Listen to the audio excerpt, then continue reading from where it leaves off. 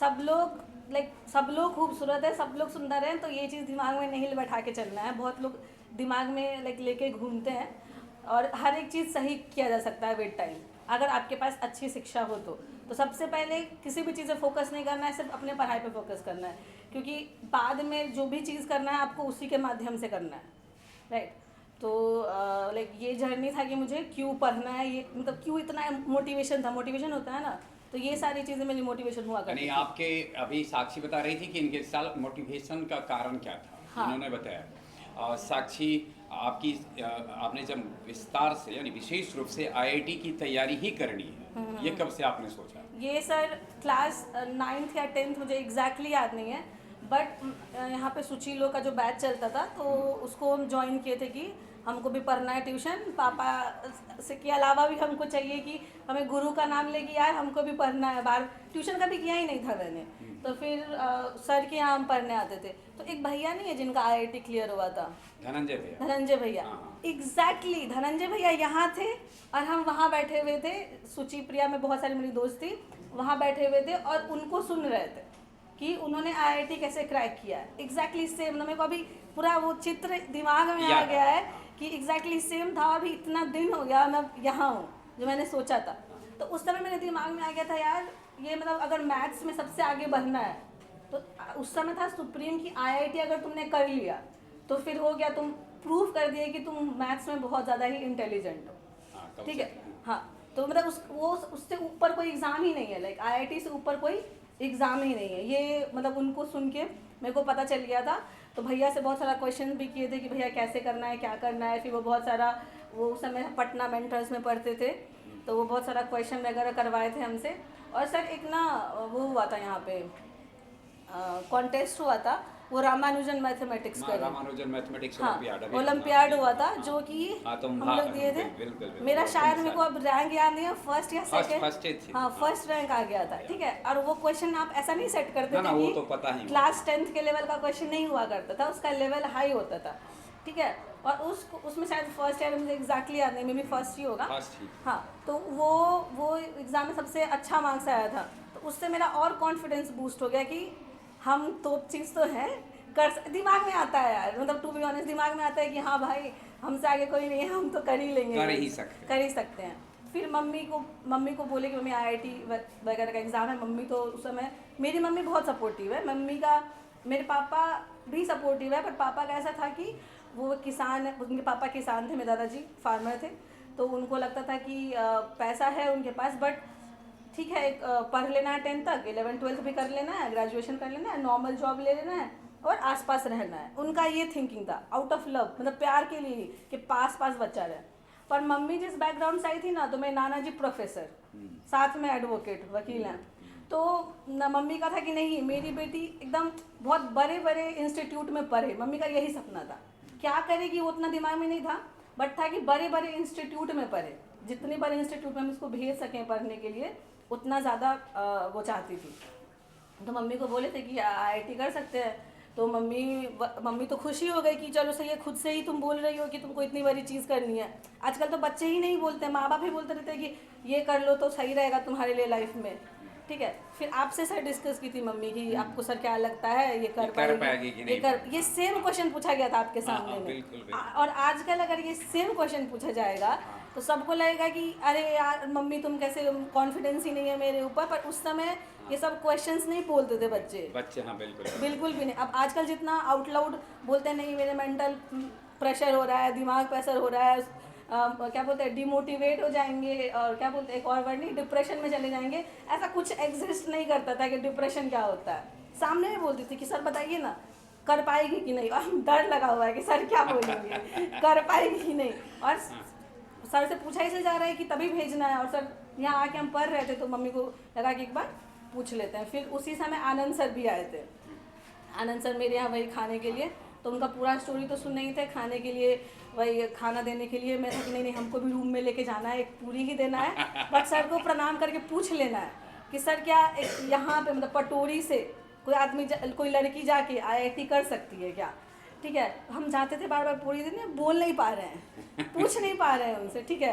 तो फिर मेरी मम्मी ही पूछ ली थी उनसे, कर सकती कि है। सर ये आईआईटी कर सकती है कि नहीं करना चाहती है, तो ऑब्वियसली एज अ लीडर कोई भी किसी को तो यही बोलेंगे कि हाँ हाँ कर सकती है, तो वो भी यही बोले कि हाँ ज़रूर कर सकती है। और मतलब जिस तरीके से वो एक बार देखे थे ना, वो नज़र जो होता है चेहरे का कि हाँ हाँ बेटा तुम तो कर लोगी, इतना भी टफ नहीं है, तो हमको एकदम फुल कॉन्फिडेंस आ गया कि भाई अब फुल श्योर हो गया है, अब जाना है आईआईटी यानी करने अब के ये लग लिए। रहा है कि बस केवल तारीख सुनिश्चित सुनिश्चित होनी है। साक्षी आईआईटीएन हो गई। हो गई, बस मेरे दिमाग में था कि मैं हो गई, दिमाग में ये चल रहा है कि अब होने के बाद स्कूल में जाना है, स्कूल में स्पीच देना है, यहाँ जाना है, तो मेरा मोटिवेशन होता था, ऑनेस्टली मेरा ये मोटिवेशन होता था कि स्कूल में जाना है मेरे को, जहाँ पे अभी शिक्षा बच्चों को बुलाया जाता है, भैया भैया लोग जो कुछ कर लिए हैं, अब तो हमको वहाँ खड़ा होना है। तो ये सब मेरे दिमाग में चलते रहता था।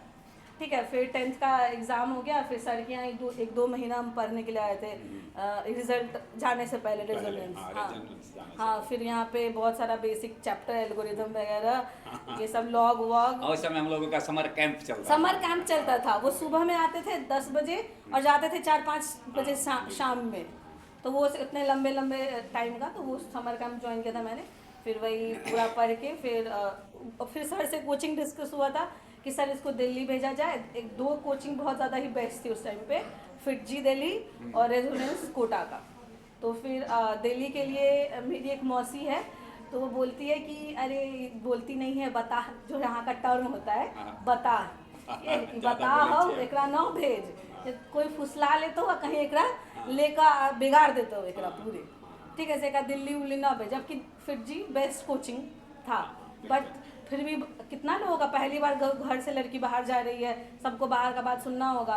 फिर कोटा भी उस समय बहुत सही माहौल दे रहा था दिल्ली से ज़्यादा। बिल्कुल। हाँ, और कोटा में ऐसा था कि सिर्फ आईआईटी जेईई नीट ही चल रहा है, और दिल्ली में तो है कि राजधानी है भाई, हर एक चीज़ की तैयारी, हर एक चीज़ का स्ट्रगल था।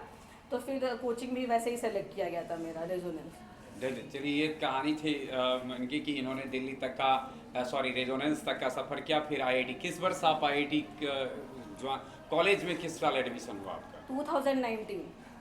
तो 16 में 10th हुआ था मेरा, 18th में 12th कंप्लीट हुआ था मेरा। तो 11th 12th मैंने 16 तक, तो 10th मैंने इसी स्कूल से किया है, सरस्वती शिशु विद्या मंदिर से। और यहाँ पे बहुत अच्छे अच्छे टीचर्स हुआ। 2019 में आप आईआईटी की? हाँ, 2019 में आईआईटी। आप आईआईटी कहाँ से थी? आईआईटी धनबाद। आईआईटी धनबाद से थी आप। झारखंड में भी पड़ता है, जानते ही होंगे आप। हमारे यहाँ जो स्टूडेंट बैठे हैं, आप अपना जो ब्रांच था आपका आईआईटी, किस ब्रांच से थी आप? हाँ, तो मेरा आईआईटी धनबाद से इलेक्ट्रिकल इंजीनियरिंग ब्रांच था मेरा। आईआईटी इलेक्ट्रिकल ब्रांच से पूरा करने के बाद निश्चित रूप से आपके पास बहुत सारे अवसर आए होंगे। हाँ। तो ऐसे जब आपके सामने अवसर आए तो आप सर इसमें एक और चीज़ मैं बताना चाहूँगी सबको कि आप बैठ करके बोल सकते। हाँ, तो इसमें एक और चीज़ था कि जैसे कि 11-12 के बाद आईआईटी हो गया, तो मेरी काउंसलिंग चल रही थी उस समय। और वहाँ कोटा में भी ना, अभी पता नहीं कैसा माहौल है, पर वहाँ लोग खाते वक्त भी क्वेश्चन ही डिस्कस करते थे कि यार ये क्वेश्चन बना कि नहीं। महत्वपूर्ण बात आपने जिक्र किया, और मैं बराबर ये मानता हूँ कि आप खाते वक्त, सोते वक्त, उठते वक्त, यहाँ तक भोजन बनाते, जब पूरा जो परिवेश जब एक आईआईटीएन हो जाता है। वही जी हाँ, बिल्कुल यही बात आप जो सुनने वाले हैं वो समझिए कि आप बेंच पर बैठ करके क्या डिस्कस अभी कर रहे हैं, और आप वहाँ से बैठ करके कुछ सोच डिस्कस कर रहे हैं कि मुझे अब यहाँ से जाना है इस बात का। और वहाँ क्या हो रहा था कि खाने वक्त भी डिस्कस किस बात का हो रहा है, फिजिक्स के प्रॉब्लम्स के, न्यूमेरिकल के, केमिस्ट्री के, फलाना के, तो चिलना के, इसके प्रॉब्लम हो रहे हैं। हाँ, तो वहाँ पे क्या होता था कि कोई क्लास से निकला है, कोई वॉक भी कर रहा है, खा रहा है, सो रहा है, सिर्फ यही डिस्कशन हो रहा है कि अरे 5C का सॉल्व नहीं हुआ मुझसे, कैसे तुमने सॉल्व कर लिया, सर इसमें क्या दिमाग लगाना था। और तुम अगर शांत अकेले बैठ के खा रहे हो, बगल में 4 लोग डिस्कस कर रहे हैं, ना चाहते हुए भी 3-4 क्वेश्चन तो ऐसे ही दिमाग में फिट हो जाता था कि हाँ केमिस्ट्री का ये है और ये एक्सरसाइज टफ है, मतलब इतना सुन के। तो उसमें क्या होता था, कुछ लोग मोटिवेट भी होते थे और कुछ लोग डिमोटिवेट भी होते थे कि यार ये आदमी 10 में से 10 क्वेश्चन बना के चला गया और मेरे से 10 में से 2 क्वेश्चन नहीं हुआ। पर मेरे अंदर बस एक ही चीज़ था, मतलब जिसको हम मानेंगे कि जिसकी वजह से मैं आईआईटी हुआ। तो पढ़ने में तेज तो मैं थी ही, बट उसके साथ साथ मेरा था कि कॉन्फिडेंस कभी लो ही नहीं होता था। मतलब मेरे से क्वेश्चन नहीं बन रहा है, 10 में से 2 ही बना है, बट लोगों के सामने मैं ऐसा दिखाना है कि नहीं आपका सुन लिए हम 8 क्वेश्चन तो हमको आता ही है, क्योंकि हमको वो कभी हावी नहीं होने देना था कि नहीं तुमसे 10 में से 2 ही हुआ है, तुम अब रेटिंग देख लो अपना और तुम देख लो कि वहाँ 10,000 बच्चों का सिलेक्शन होता है, तुम उसमें कहाँ स्टैंड करती हो। अगर जिस दिन हम ये सोच लेते भाई, उस दिन तो फिर हो गया मेरा कि सिलेक्शन नहीं होना है। तो कभी ये कैलकुलेशन मेरे दिमाग में आता ही नहीं था। जो जीतना था वह खुद से था। हाँ, और खुद पर कभी आपने हावी होने नहीं दिया, कभी भी नहीं, जो कि कभी भी नहीं प्रेशर में लाए। हाँ, मार्क्स भी लेट सपोज 360 का मार्क्स है, कभी कभी 100 भी आया है उसमें पेपर में, तो सब लोग देख के डिप्रेस हो जाते थे, कोई रो रहा है, कोई टेंशन ले रहा है।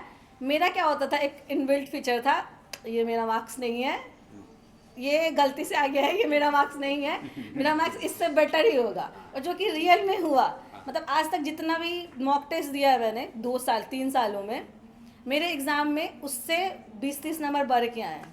मतलब ड्यू टू दिस कॉन्फिडेंस कि नहीं ये मार्क्स हम डिज़र्व नहीं करते हैं। ओब्वियसली मेरा कुछ मिस्टेक्स हुआ है, उससे मैं सीख लूँगी, बट मैं ज़्यादा मार्क्स ला सकती हूँ, उससे कोई डिमोटिवेट नहीं। चलिए साक्षी, थोड़ा सा हम आपको रोकना चाहेंगे, और जो सुन रहे हैं उनमें से अगर किसी को किसी तरीका का प्रश्न हो सकता है जो उनकी तैयारी के लिए हो, चूँकि पटोरी में रह रहे हैं, घर की समस्याओं को लेकर के भी होगी, तो उत्तर हालांकि सब लोग अपनी तरह से देते हैं, लेकिन हो सकता है आपके द्वारा दिए गए कोई उत्तर शायद उनके कुछ काम आ जाए। अगर किसी को कोई सवाल है तो आप पूछ सकते हैं, किसी स्थान पर आप अपना हाथ खड़ा कर सकते हैं, और कोई प्रश्न हो जो आप तैयारी करना हो, फिजिक्स, केमिस्ट्री, मैथ कैसे पढ़ना चाहिए, हम पटोरी में हैं, हम गाँव में हैं, हम घर में हैं, तो इसको हम कैसे पढ़ सकते हैं, इससे जुड़ा हुआ कोई भी सवाल अगर आपको हो पूछना तो आप पूछ सकते हैं। है किसी को कोई पूछना? चलिए, 2 हाथ खड़े हुए हैं, 2-3-4 हाथ खड़े हुए हैं, तो ज़्यादा हो गए खड़े। चलिए आदित्य, सबसे पहले आदित्य, सवाल आप जोर से बोलेंगे। मेरा प्रिपरेशन प्रश्न, सर ने एक प्रश्न पूछा था, शायद उसका उत्तर नहीं मिला, वो मतलब कंप्लीट IIT कंप्लीट होने के बाद कैंपस सिलेक्शन में।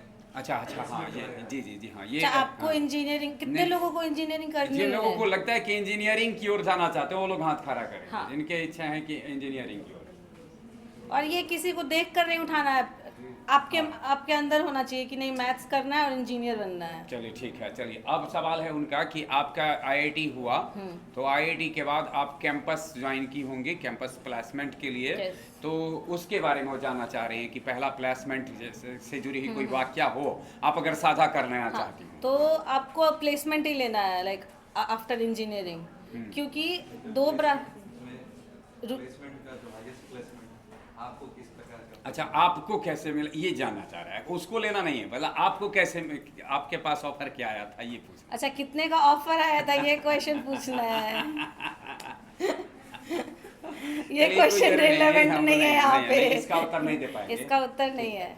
अधिक से अधिक ये कर सकती है, पूछ सकते नहीं दे सकते, बट एक टर्म में आजकल अरे ये बहुत पॉडकास्ट में चल रहा है यार। एग्जैक्टली नहीं बताते हैं कोई, हाँ बट हाँ, लाइक पैकेज वहाँ पे स्टार्ट होता है 20 लाख से लेके 22, 24, 30, 40, 50 ऐसे जाता है। आउट ऑफ इंडिया अगर आप जाते हो तो 1 करोड़ तक पैकेज जाता है। अरे आपका बेस प्राइस पता चल गया कि 20 लाख से प्लस वाला होता है, आप आके क्या चीज़ से समझ गए।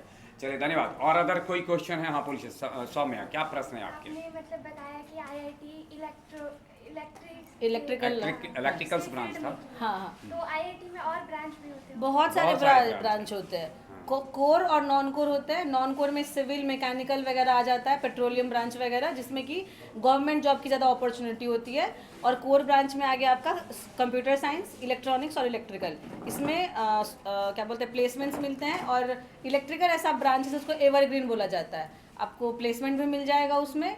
और ये क्या बोलते हैं गवर्नमेंट जॉब है, उसके लिए भी आप अप्लाई कर सकते हो, दोनों। इंजीनियरिंग के अनेकों ब्रांच है अभी। अब तो धीरे धीरे बहुत ज़्यादा बढ़ गया है। बिल्कुल। अब एक व्यक्ति, एक इंजीनियर से भी अगर आप पूछेंगे कि आप इंजीनियरिंग के सारे ब्रांचों के बारे में बताएं, तो शायद वो नहीं बता पाए कितने ब्रांच हो गए हैं, क्योंकि आज से 20 साल पीछे, 25 साल पीछे सिलेक्टेड थे, क्षेत्र ज़्यादा नहीं थे, इसलिए लोगों को अपने कॉलेज में हो रहे इंजीनियरिंग की पढ़ाई के तमाम ब्रांच के बारे में जानकारी थी। आज एक स्टूडेंट IIT कॉलेज में है, लेकिन उससे अगर ये पूछा जाएगा कि इस IIT कॉलेज में किस किस ब्रांच की पढ़ाई होती है, मैं यकीन के साथ कह सकता हूँ 100 में से आपको 98 स्टूडेंट ऐसे होंगे जो नहीं बता सकते। कुछ ब्रांच तो ऐसा रीड करने का, अच्छा ये भी ब्रांच है, यकीन नहीं करेगा कि ये भी ब्रांच है इंजीनियरिंग, उसमें बहुत अच्छी अपॉर्चुनिटीज होती है आगे में। इसलिए चलिए ठीक है, तो उसकी चर्चा तो लोग सब प्रॉपर। और हाँ। ये आपको क्या करना है फिलहाल? आपको एंट्रेंस की तैयारी करनी है, ब्रांच की तैयारी बाद में होती है। हाँ, ब्रांच तो क्या है ये नहीं सोचना है, हाँ, एंट्रेंस सोचना है। entrance होती एंट्रेंस से जुड़े हुए कोई सवाल अगर दीदी से पूछना है कि एंट्रेंस की तैयारी दीदी कैसे करे, कुछ आपके पास आइडियाज हो जो एक लड़की को घर में ही रह करके करना है तो कैसे कर सकती है, इसको लेकर के। हाँ, तो अगर ये 12th के बाद अगर इसके अलावा कोई ऐसे इंस्टीट्यूट जिसमें जाके अच्छा, इंस्टीट्यूट में जाके तैयारी करनी है या फिर घर से करना है, जाके करना है? मतलब पटना में तो सबसे बेस्ट। आप ये भी बता दीजिए इनको कि पटना या फिर आप जगह की कोई बाउंडेशन नहीं है। हाँ, वही मैं बोलना चाह रही थी कि अभी पहले था क्योंकि हर जगह टीचर्स प्रोवाइडेड नहीं थे, बट अभी क्या है, हर जगह मतलब सारे टाइप्स के टीचर रहते हैं। हर एक कोचिंग अपना बेस्ट दे रही है बच्चों पे।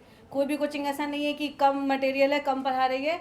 ये आप बच्चों के विल पावर पर डिपेंड करता है कि वो कितना ज़्यादा उसको ले रहा है। तो आप कोई भी एक कोचिंग सेलेक्ट कर लीजिए, आंख बंद करके, उसमें कोई भी टेंशन लेने की ज़रूरत नहीं है।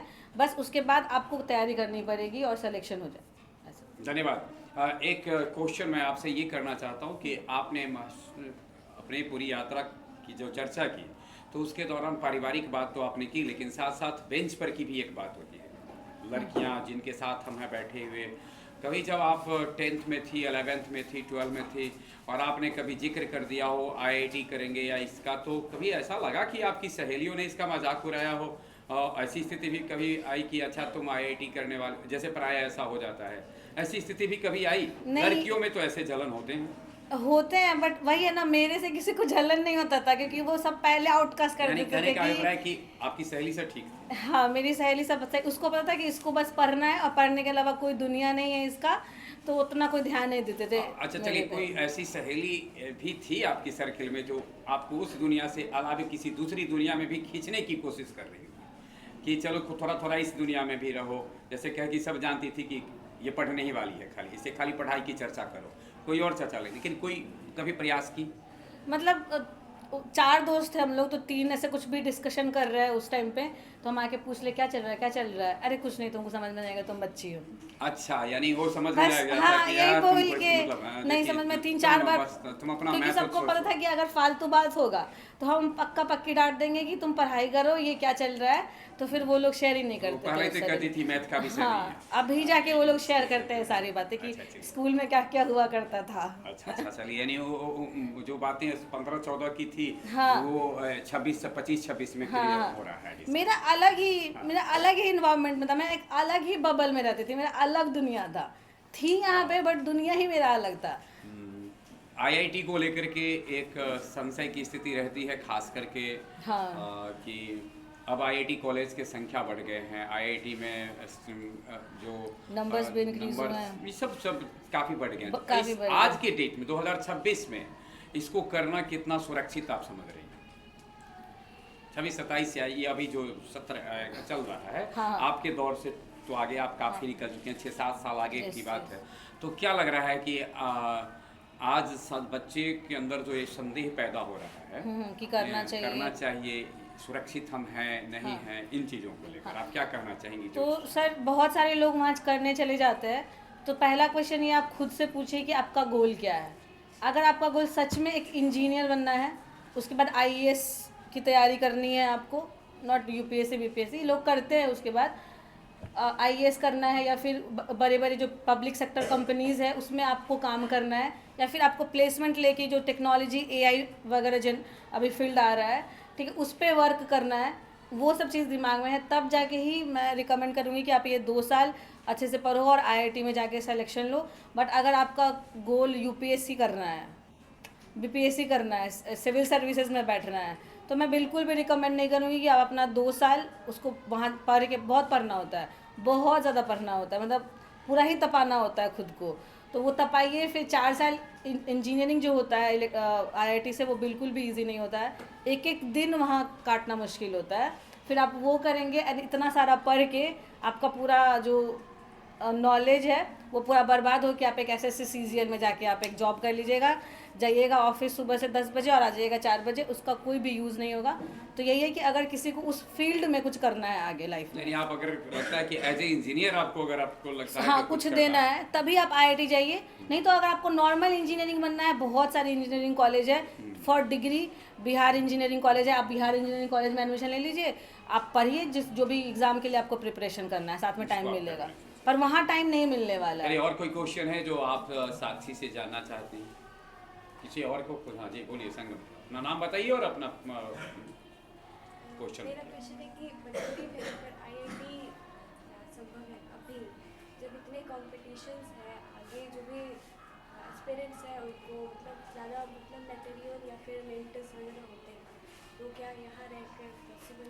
बिल्कुल पॉसिबल है, पहले तो नहीं था बट अभी 100% पॉसिबल है घर पे रह के पढ़ना। बट हाँ, एक गुरु की ज़रूरत होती है गाइड करने के लिए, ऑफलाइन के लिए भी। और पर वो भी आजकल इंट्रोड्यूस हो गया। आप अगर ऑनलाइन कोचिंग लेते हैं उसमें कुछ लाइक पैसे बोलते हैं कि आपको एक ट्यूटर भी मिल जाएगा क्वेश्चंस पूछने के लिए। तो अभी इतना ज़्यादा सुविधा मिल गया है ना, ChatGPT आ गया है, AI आ गया है, कोई भी क्वेश्चन आप डालिएगा उसका सॉल्यूशन आ जाएगा।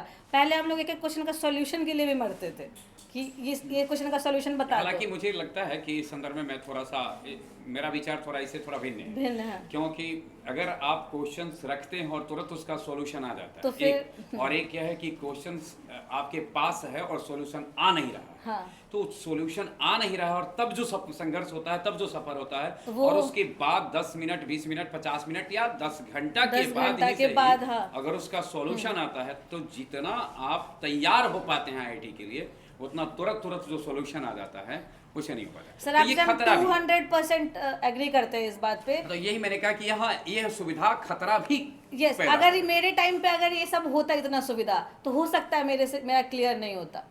क्योंकि आजकल इतना ज्यादा सब कुछ ऐसे हाथ में परोस के मिल जा रहा है ना, तुरंत लोग ढूंढ लेते तुरंत हैं। लोग एक मिनट के लिए भी प्रयास नहीं करते हैं और सोचते हैं कि ये क्वेश्चन रीड किया, अरे रे ये तो नहीं लगता है हो पाएगा, डायरेक्ट फोन में फीड करो, आंसर मिल गया, उस आंसर का कोई वैल्यू नहीं है। हम लोग पहले 3 दिन सॉल्व कर रहे हैं, सर से पूछने में शर्म आ रहा है कि क्या बोलेंगे, अरे यार ये क्वेश्चन नहीं बना तुमसे। फिर दोस्त से पूछो, दोस्त से नहीं हो पा रहा है, दूसरे क्लास में जाके पूछो, फाइनली जाके सर से पूछो, वो भी सर चलते चलते बताएंगे। हाँ, ये वो भी सॉल्व नहीं कर रहे हैं बैठ के, वो बताएंगे कि तुमने तो सॉल्व किया होगा, तुमको पता है तुम कहाँ पे आके फंसे हो, वहाँ पे ये स्टेप फॉलो करो, ये टेक्निक यूज करो, सॉल्व हो जाएगा। आपको केवल यह बताया जा रहा था कि वहाँ आपको करना क्या, है। और वो दिमाग में बन जाता था क्वेश्चन, दिमाग में वो क्लियर हो चुका है। तो मेरे को लगता है कि ये सारी चीज़ें भी जरूरी है एग्जाम के लिए। ये सब जो AI वगैरह आ गया थोड़ा सा। एक सवाल है जो उसी क्वेश्चन के आनुषंगिक है, यानी इससे जुड़ा हुआ संलग्न सवाल ये है कि एक छात्रा को या एक छात्र को जो JEE की तैयारी करना सोच रही हो, उसको कितना तकनीकी उपयोग आज के डेट में भी, अगर परसेंटेज आपको बांटना पड़े कि कितना तकनीक के साथ रहना चाहिए और कितना अपने आप को तकनीक से दूर रखना चाहिए, तो आप एज ए IITian क्या सलाह देंगी कि कितना % ही उनको उसकी मदद लेनी चाहिए? मतलब सर 60% ही मदद लेनी चाहिए, और उस 60% में आपका जो, आपको अगर ऑनलाइन कोचिंग करना है तो आपका वो ऑनलाइन कोचिंग का ऐप आता है, 1-2 जो AI से जहाँ से आपको क्वेश्चंस अगर पूछने हैं वो, और गूगल आता है। उसमें सोशल मीडिया एंड ये सब चीज़ें बिल्कुल भी मैटर नहीं करती। व्हाट्सएप थोड़ा सा इम्पॉर्टेंट है लोगों से, टीचर्स भी वहीं पे रहते हैं। तो ये भी जितने भी टेक्नोलॉजी है AI है, उसका पॉजिटिव डायरेक्शन में आपको यूज़ करना है, नेगेटिव डायरेक्शन में बिल्कुल भी यूज़ नहीं करना है। एंड कोई भी क्वेश्चन भी पूछना है तो उस पहले 4 बार सॉल्व करना है, एंड देन उनसे टेक्निक पूछना है। यानी आप पूरी तरह से आप उससे सॉल्यूशन मत पूछें, बना हुआ सवाल कैसे ये मत पूछें, वरन कि पहले आप संघर्ष कर ले, आप अपना उसका अटेम्प्ट करें, 4-5 अटेम्प्ट करें और उसे आप देखें कि कहाँ पर हम उलझे थे। बोर्ड पे लिखा हुआ क्वेश्चन का आंसर कभी आपका आंसर नहीं होता है, कभी भी नहीं, जब तक आप अपने कॉपी में 4 बार उसको सॉल्व नहीं कर लेते हैं, वो आपका नहीं होगा। धन्यवाद। और कोई क्वेश्चन है संगम? हाँ जी बोलिए। एक चीज़ होता है कि यहाँ पे है बोर्ड्स भी दे रहे हैं और एंट्रेंस, बोर्ड और एंट्रेंस के साथ बैलेंस कैसे करेंगे, ये एक साथ उसका क्वेश्चन है कि 12 बोर्ड अगले साल इनका है और उसी साल अगर इनको JEE के लिए हो तो क्या बैलेंस करने का क्या? तो अभी आप 12th क्लास में अभी 12, अगले साल 12 देंगे, तो सबसे ज़्यादा तो आप बोर्ड पे कंसंट्रेट कीजिए, क्योंकि बोर्ड में अगर 65% नहीं रहा, अभी 75% नहीं रहा, उस समय भी था, मेरे को याद नहीं था, तो आप उसका एग्ज़ाम देने के लिए भी एलिजिबल नहीं होंगे। पहला पॉइंट, ठीक है। तो बोर्ड के लिए आप सबसे ज़्यादा फोकस करके पढ़े, और मेंस का जो क्वेश्चन होता है वो एनसीईआरटी बेस्ड ही होता है, वो अलग से नहीं बनाया गया। पहले बहुत टफ आते थे, अभी फुल एनसीईआरटी बेस्ड क्वेश्चन आते हैं बोर्ड में। और 11-12 का एनसीईआरटी आपको पता ही होगा, मेरे को बताने की ज़रूरत नहीं है कि वो एनसीईआरटी नहीं है, उसका एक एक वर्ड में 10 लाइन छुपा होता है। तो एनसीईआरटी आप फॉलो करेंगे, आपका मैथ साइंस का बोर्ड हो जाएगा। मैथ साइंस होते ही बच जाता है हिंदी इंग्लिश, वो सब 10-15 दिन का खेल है। मतलब 100% तो मार्क्स लाना नहीं है, मतलब 75% है, 80 नंबर भी ले आते हैं तो आपके लिए बहुत ज़्यादा है, वो आप स्कोर कर सकते हैं। और जो लोग फेल हो रहे हैं बोर्ड में, कि वो लोग बोलते हैं कि आईआईटी का प्रिपरेशन करने गया था, बोर्ड में फेल हो गया है, मेरा ये मानना है, सबका नहीं हो सकता है कि उसकी कुछ होगा कि उसने नहीं पढ़ा या फिर एग्जाम सही नहीं गया। मेरा मानना है कि उसने पढ़ाई नहीं की है इसलिए वो फेल जी हुआ। बिल्कुल, और मैं सहमत मेरा हूँ यही इससे मानना कि है। इसका ये बहुत स्ट्रिक्ट लाइन है कि नहीं नहीं ये तो अलग आप बोल रहे हो, नहीं, अगर आपने तैयारी की है आप बोर्ड पक्का ही पास होंगे फॉर और श्योर। हमें लगता ही नहीं कि ये दोनों अलग अलग हाँ। अलग अलग राह के मंजिल हैं, ऐसी बात नहीं है। एक ही राह में अलग अलग जगहों पर के स्टेशन हैं। आप बोर्ड की तैयारी, आईआईटी की तैयारी कर रहे हैं और बोर्ड की तैयारी नहीं हो रही, ये बेवकूफ़ी की बात है, बेवकूफ़ी ऐसी है। बात नहीं कि नहीं। और सब्जेक्ट हम मान सकते हैं, अभी आप बताइए 10th में जो जितने लोग हैं वो कितने दिन हिंदी इंग्लिश पढ़ रहे हैं, पर फिर भी नंबर आ रहा है ना, तो ये सब बहाना है, एक्सक्यूजेज है और कुछ नहीं। चलिए, और कोई क्वेश्चन है?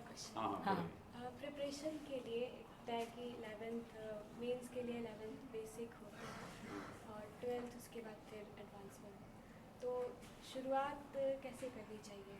एक ही बार मतलब इजी टू मॉडरेट फिर हार्ड ऐसे होता है, बट एक डिमोटिवेशन आ जाता है कि क्वेश्चन सॉल्व नहीं होते। यानी आप कहना चाह रहे हैं कि पहले इजी से शुरू करें कि अचानक पूरा जो उसका जो डिमांड रहे उसके ऊपर सीधे आए? आपने बताया कि जैसे कि 2 है क्वेश्चन में, तो 2+x क्यों नहीं है? तो हाँ, तो ये अब हर एक पर्सन पे डिपेंड करता है कि उसकी जो मेंटल एबिलिटी है वो कितनी ज़्यादा है। सबसे पहले ओब्वियसली हमको इजी से स्टार्ट करना है, बेसिक।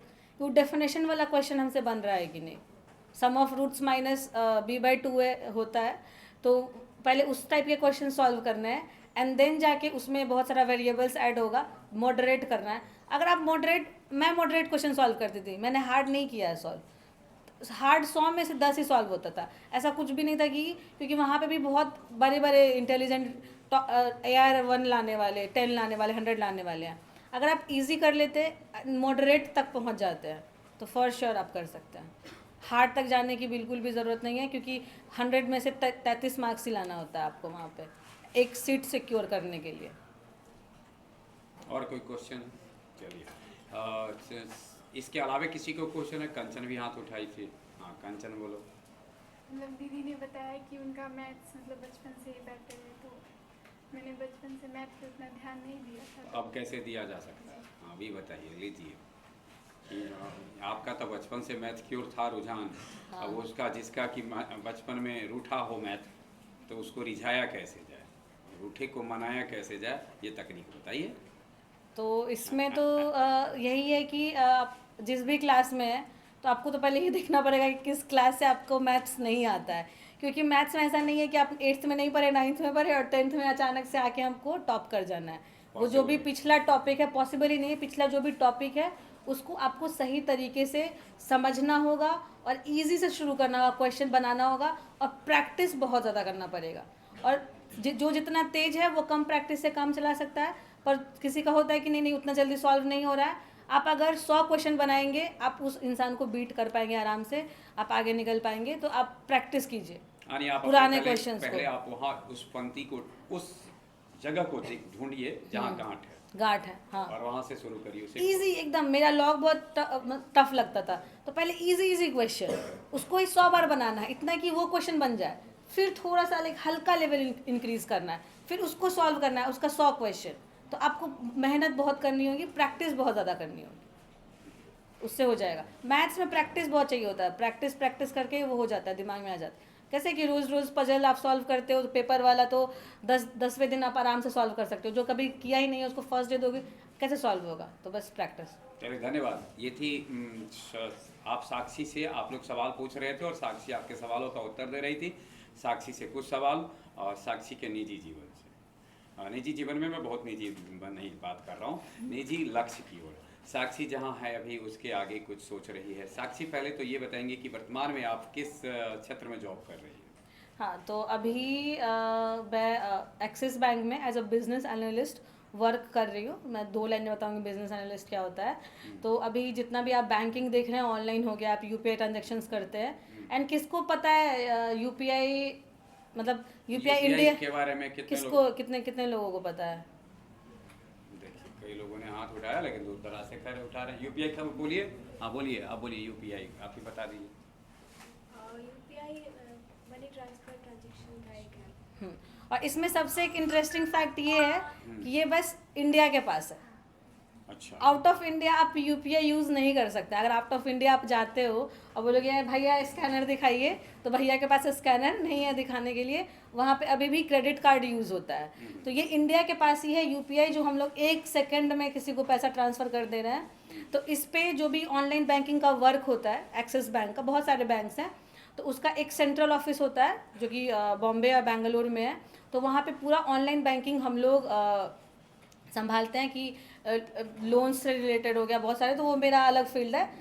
बिजनेस एनालिस्ट मीन्स कि हाँ, कि बिजनेस को इंक्रीज करना है, कस्टमर्स को टारगेट करना है, एंड वही है अभी मेरा हिंदी में फिलहाल। हम ऐसे ही कह सकते हैं कि व्यावसायिक विश्लेषणकर्ता के रूप में है, उसका विशेषज्ञ कह सकते हैं, जिसको कि भाई कैसे उसको डेवलप किया जाए, कैसे उसका विस्तार किया जाए, कैसे उसे उपभोक्ताओं के लिए सुगम बनाया जाए, कैसे उसके उपभोक्ताओं के लिए सुविधाजनक बनाया तो आप कंफ्यूज मत होना कि ये बैंक है तो एज अ ब्रांच जॉब यानी आप होगा। सोच रहे होंगे कि इंजीनियर हैं और बैंक बैंक हैं। में ये भी क्यों? एक समस्या है, क्योंकि सब लोगों को समझाना पड़ता है कि अरे बैंक में क्यों। मेरी नानी बोलती थी कि तुम बैंक में ही हो तो बउआ पटूरी ही आ जाओ ना, पटूरी में भी बैंक एक्सिस SBI में आ बैंक जाओ। एसबीआई में आ जाओ। तो हम वही समझाए कि वो उन चीज़ों पे काम नहीं है मेरा। जो भी ऑनलाइन तकनीक है यूपीआई जिस पे अभी पैसा ट्रांजेक्शन हो रहे हैं, तकनीकी युग में तो आप समझ रहे हैं कि सब जगह तकनीक है, और एज इंजीनियर हैं इसीलिए उसमें। हाँ। और अभी आप बोलेंगे कि ठीक है यूपीआई तो बन गया, अब क्या काम है उस पर? बहुत सारे काम है। अभी फ्रॉड्स कितना इंक्रीज हो रहा है, आप एक लिंक पे क्लिक करते हो तो पैसा ट्रांजेक्ट हो जा रहा है। तो हम लोग उसको और स्ट्रॉन्ग बनाते हैं उस सिस्टम को डे बाय डे, और नई नई फीचर्स ऐड करते हैं। तो वही काम है मेरा अभी। तो एक ये सवाल है कि मैंने इसीलिए कहा था अभी वर्तमान में तो आप यहाँ ये कर रहे हैं। इसके आगे कुछ सोच रही हैं? आगे सर मेरा जो रोल है बिजनेस एनालिस्ट का, तो मुझे बिजनेस करना है, एंटरप्रेन्योरशिप जिसको बोलते हैं, खुद का बिजनेस शुरू करेंगे। एक स्टार्टअप जो होता है बैंगलोर या लाइक सिटीज़ में, वो स्टार्ट करना है मुझे। एक मेरी रुचि है अंदर से, क्योंकि मैं पढ़ने में तेज़ थी तो मैं पढ़ाती भी थी बच्चों को अपने। मेरे यहाँ हॉस्टल था, तो मेरे एक अंदर है कि पढ़ाना भी शुरू करना है। मैं पढ़ाती भी हूँ सर, सबको पता नहीं होगा। मैं तो थोड़ा सा आउट ऑफ इंडिया के बच्चों को पढ़ाती हूँ। आउट ऑफ इंडिया ने इन इंडिया की भी और आउट ऑफ इंडिया वाले बच्चे जो हमें, मेरे को इतना आश्चर्य होता है, उनको इजी मैथ सॉल्व नहीं होता। एक 10th के बच्चों को मैं पढ़ा रही थी, वो बोल रहे, वो उनको आश्चर्य होता है कि इंडिया में इतने तेज बच्चे कैसे हैं, कि वो इतना इजीली अलजेब्रा का क्वेश्चन सॉल्व हो रहा है, और उससे सॉल्व नहीं हो रहा था। और वो यूएसए का है, और यूएसए का आप टेक्निक देखिए कितना ज़्यादा वो आगे बढ़ गए हैं। तो आप जो पढ़ा रही हैं, आप उपलब्ध किसी बेसिक कोई ऐसे प्लेटफॉर्म पर उपलब्ध हैं जिसकी चर्चा आप कर सकें? तो कर प्लेटफॉर्म बहुत सारा है। आप जिस पर उपलब्ध नहीं, अभी मैं प्लेटफॉर्म पे नहीं हूँ। मेरा एक फ्रेंड है, तो उनके बहुत सारे कनेक्शंस हैं आउट ऑफ इंडिया, उन फ्रेंड के माध्यम से। हाँ, तो मेरा ऐसा रहता है कि कोई वहाँ पे बच्चा है, उसका 10th बोर्ड होता है, एग्ज़ाम है, उसका एक सब्जेक्ट कंप्लीट करा देना है, और फिर वो लोग पैसे बहुत सारा देते हैं। तो फिर आवाज में एक ही देती हैं। हाँ। अब आजकल ऐसे भी ऐप हैं जिसमें कि किसी विषय के तो हटा दीजिए, किसी खास टॉपिक के लिए ही आपको विशेष पैसा बहुत। हाँ, तो मैं इसके लिए नहीं पढ़ाती हूँ कि मुझे पैसे चाहिए। मेरे को इंटरेस्ट है कि भाई आउट ऑफ इंडिया लोगों को कितना पता है। उनको नहीं पता है, बट उनको जितना पता है वो रियल लाइफ में एप्लीकेशन करते हैं, और हम लोग बना के कॉपी में बंद करके उसको सो जाते हैं। यही डिफरेंस है। लास्ट क्वेश्चन, एक IITN होने के बाद, एक अच्छा पैकेज पे काम करने के बाद, एक लड़की के लिए, एक बेटी के लिए, और कुल मिलाकर के एक बात अगर हम करें एक फीमेल के लिए,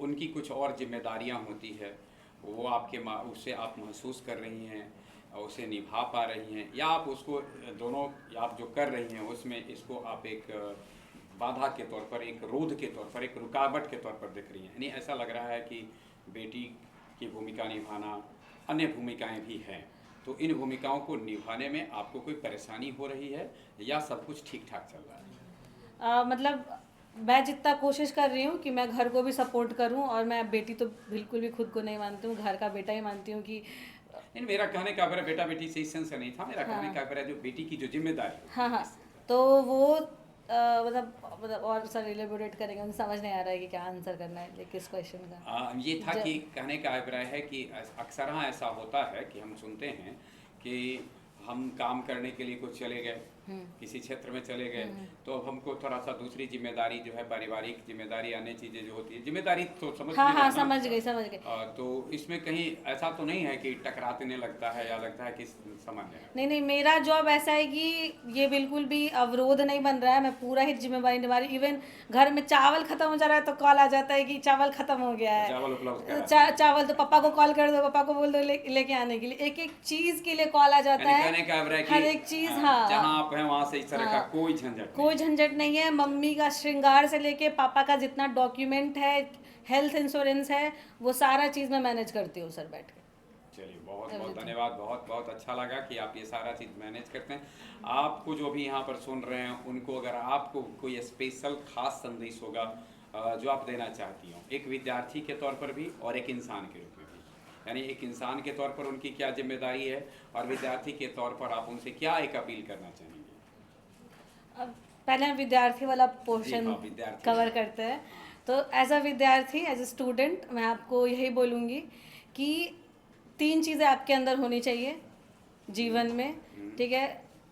सेल्फ कॉन्फिडेंस फर्स्टली नीडेड है आपके, कि होना ही चाहिए आपके अंदर। सेकंड में है कंसिस्टेंसी किसी भी चीज़ के लिए, ठीक है, कंसिस्टेंट रहना है। रोज़ अगर 6 घंटे हैं अभ्यास का, 6 घंटे रोज़, 5 घंटा 59 मिनट नहीं 6 घंटे रोज़। ज़रूरी नहीं है आप 12 घंटे टारगेट रखें, आप 6 घंटे रखें, पर वो रोज़ उतना कंप्लीट होना चाहिए। आप ज़्यादा कर ले बट कम ना करे। और तीसरा प्रैक्टिस, कंसिस्टेंसी, प्रैक्टिस और कॉन्फिडेंस, ये आपके ऊपर अगर है तो आप जो है सो आपको कोई नहीं रोक सकता है। चलिए, ये तो मतलब कि छात्र छात्राओं से आपने कह लिया, और अब एक इंसान के तौर पर परिवार में जो जिस परिवार से भी जो कोई ना कोई तो हैं, तो इसके लिए आप क्या कहना चाहेंगे? इसमें तो यही मैं बोलूँगी कि मम्मी पापा का रेस्पेक्ट करें।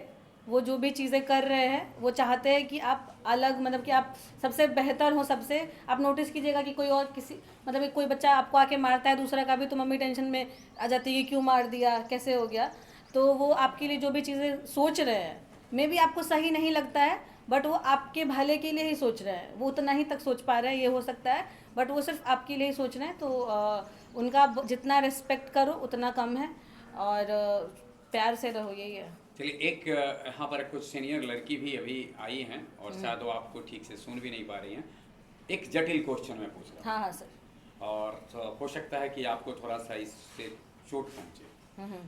आप एक IITian हैं, आप अपने निजी जीवन के निर्णय में क्या आप महसूस करेंगे कि आपके माता पिता के क्या भी योगदान हो, माता पिता की भी सहमति हो, या आप इस मुकाम पर पहुंचने के बाद अक्सर हाँ तो लोग उम्र के दायरे पार कर लेने के बाद कहते हैं कि मैं वयस्क हो चुकी हूँ, मैं अपना निर्णय ले सकती हूँ। तो इस संदर्भ में आपको क्या लग रहा है कि आपको ये लगता है कि ऐसा एक सफल लड़की जिसने सफलता के कई मानकों को पार किया है, पूरा किया है, तो उसको क्या अपने निजी जिंदगी के कोई निर्णय लेते वक्त खुद स्वतंत्रतापूर्वक ले लेना चाहिए या माता पिता से साझा करना चाहिए?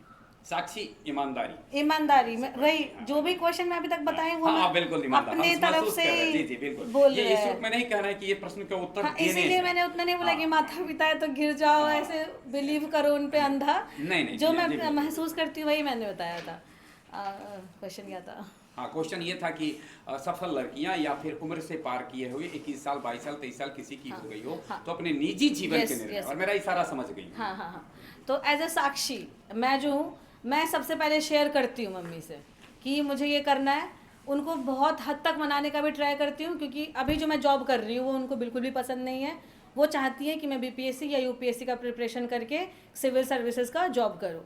तो उनको रोज़ समझाना पड़ता है, बहुत सारा मतभेद भी होता है, बट अभी मैं अपने कि मुझे लगता है कि मैं सही कर रही हूँ। मैं उनको बहुत सारे क्वेश्चन भी पूछती हूँ कि मैं ये कर रही हूँ तो आपको लग रहा है कि ये गलत है। उनके पास आंसर नहीं होता है, वो कुछ और उनके दिमाग में चल रहा है जिसकी वजह से वो यानी आप महसूस करते हैं कि साझा तो करना ही है। साझा करना चाहिए, बट आप जो चीज़ बोल रहे हैं आपको पता है कि वो 100% करेक्ट है, आपके पास एग्जांपल्स भी होंगे उस चीज़ को प्रूव करने के लिए, बताने के लिए, तो आप ये भी उनको बताइए, आप उनको एजुकेट कर सकते हैं। ऐसा नहीं कि सिर्फ पेरेंट्स ही आपको एजुकेट कर सकते हैं, आप भी कर सकते हैं। एक और बात है, साझा करना चाहिए, कभी कभी स्वीकारना भी चाहिए जो उधर बोल रही हैं, दूसरे पक्ष से जो बोल रही हो या बोल रहे हो, तो स्वीकारना भी चाहिए, या अपनी ही बात को केवल मनवाते रहे? नहीं, बहुत हद तक स्वीकारना भी चाहिए सर। इसी वजह से मैं यहाँ हूँ। अभी मेरे को छुट्टी नहीं मिली थी वहाँ पे, क्योंकि मेरा रिस्पॉन्सिबिलिटी है कि मेरे भाई का एग्ज़ाम है क्लास 10th का, तो मुझे उसको देखना है, तो उसके लिए कैसे भी करके रिक्वेस्ट या व्हाटएवर है वो करके मुझे घर आना पड़ा है। तो 60% तो मैं सुनती हूँ, और 40% जो लगता है कि वो सुन के मेरा ग्रोथ कम हो सकता है, उस चीज़ को मैं नहीं सुनती हूँ। चलिए ठीक उसमें है। और ऐसा भी नहीं है कि उसमें मैं जिद्दी बनी रहती हूँ। नहीं बिल्कुल, यानी मौलिक स्वतंत्रता को जिंदा रखते हुए हाँ। सामाजिक और पारिवारिक जो चीजें हैं इसको निभाने की हाँ, आप भरपूर, यानी एक संतुलन स्थापित करने की हाँ, कोशिश कर, और आप शायद यही कहना भी चाह रहे हैं। और ये भी है कि उनसे मैं एक्सपेक्ट भी कर रही हूँ कि अगर मैं कुछ बोल रही हूँ तो आप बताओ कि तुम गलत बोल रही हो। उसमें उनके पास आंसर नहीं है, इसलिए मैं अभी तक सही हूँ। जिस दिन उनके पास आंसर जाएगा कि बेटा आप ये चीज़ गलत कर रहे हो और सही में मुझे लगेगा ये गलत है, तो मैं वो चीज़ करना भी छोड़ दूँगी। जी, बहुत बहुत धन्यवाद, और आपके उज्जवल भविष्य की कामना करते हैं। एक महत्वपूर्ण व्यस्त समय में व्यस्ततम समय में से आप समय निकालिए, क्योंकि मैं बार बार देख भी रहा हूँ 10 बजे से आपको शायद हाँ, वो कॉल्स का नोटिफिकेशन शुरू हो जाता है, जिसकी चर्चा आपने पीछे की थी। आने के लिए बहुत बहुत धन्यवाद, Thank you, और sir. ये समय साझा करने के लिए बहुत बहुत धन्यवाद। थैंक